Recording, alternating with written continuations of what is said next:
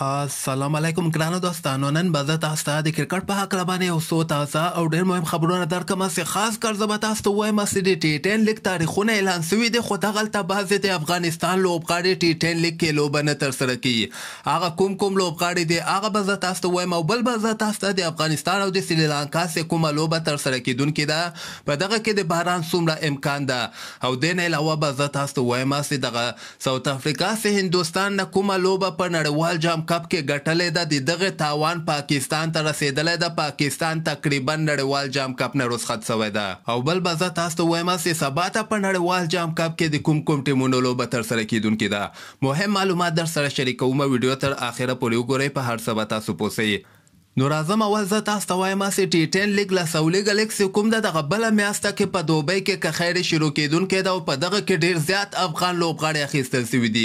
په دغه کې به زه تاسو ته ووایم چې قیس احمد، رحمان الله ګربز، حضرت الله زازی، فضل حق فاروقي، نجیب صدران، د نه علاوه نور زیات لوبغاړي اخیستل سوي دي. د دغه تاریخونه اعلان سوي دي چې دغه به د 20 نومبر باندې شروع کیږي، 4 دسمبر پورې به دوام کوي.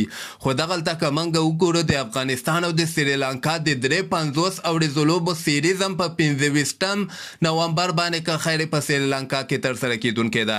نو دلته به زه تاسو ته وایم چې د افغانستان هغه لوبغاړي کوم چې د افغانستان په سکواډ کې لکه رحمان الله ګربز، فضل حق فاروقي، مجیب صدران، محمد نبی، دغه لوبغاړي نجیب صدران، دا کوم لوبغاړي چې د افغانستان په سکواډ کې دغوی به ټي10 لیګ کې لوبه نه ترسره کوي.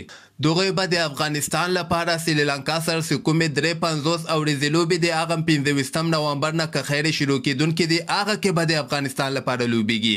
نو دغه کال ته کوم چې ټي10 لیګ ترسره کیدونکې ده په دغه کې به د افغانستان دغه ښه لوبغاړي رحمان الله ګربز، ابراهیم صدران، نجیب صدران، مجیب صدران، محمد نبی، فضل حق فاروقي، دغه لوبغاړي به ټي10 لیګ کې لوبه نه ترسره کوي. د نه علاوه به زه تاسو ته ووایم چې تېره ورځ په نړیوال جام کپ کې چې کومې 3 لوبې ترسره سولې، سهار ټایم کې چې کومه لوبه ترسره سوې وله هغه ډېره زبردسته لوبه د بنګلادیش او زیمبابوې مابین کې ترسره سوله، چې دغه لوبه بنګلادیش په 3 رنزو باندې ګټلې ده. 151 رنزه ټارګټ زیمبابوې ته ورکړی، او زیمبابوې 140 پورې دغه رنزونه رسولي دي، او همدغسې ټول اورونه ختم سوي دي. صرف 3 رنزو باندې بنګلادیش دغه لوبه وګټله. دویمه لوبه پاکستان بیا نیدرلینډ ته ډېره سخت ماتې ورکړې، ډېر په اسانۍ سره نیدرلینډ 92 رنزه ټارګټ چې کوم ورکړی، او پاکستان په 6 وکټو باندې دغه لوبه ګټلې ده. درېیمه لوبه د هندوستان او د ساوت افریقا چې کومه مهمه لوبه د پاکستان لپاره هم دغه مهمه لوبه وله، او دغه لوبه ساوت افریقا په 15 وکټو باندې ګټلې ده. 140 رنزه ټارګټ هندوستان ورکړی، او ساوت افریقا بیا په 15 وکټو باندې په 40 اور کې دغه ټارګټ پوره کړی ده. نو دغه لوبې ګټلو سره د پاکستان چانس تقریبا ختم شوی ده چې سیمه فاینل ته وځي.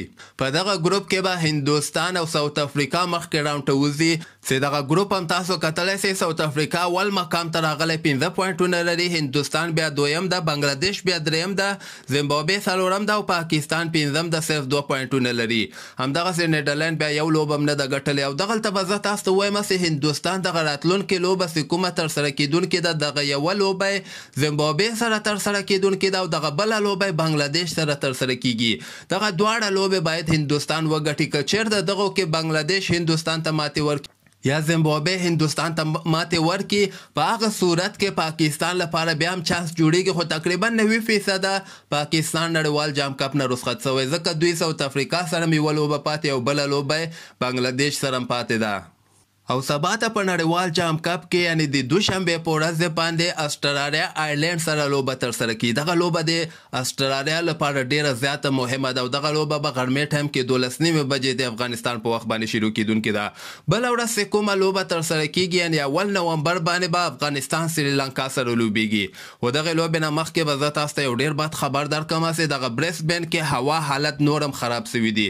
مخکې 80% چانس و چې په دغه ورځ کې باران وسي، خو اوس 90% چانس ده چې دغه لوبه کې یعنی د افغانستان او د سریلانکا چې کومه لوبه ده 90% چانس ده چې په دغه لوبه کې باران وسي.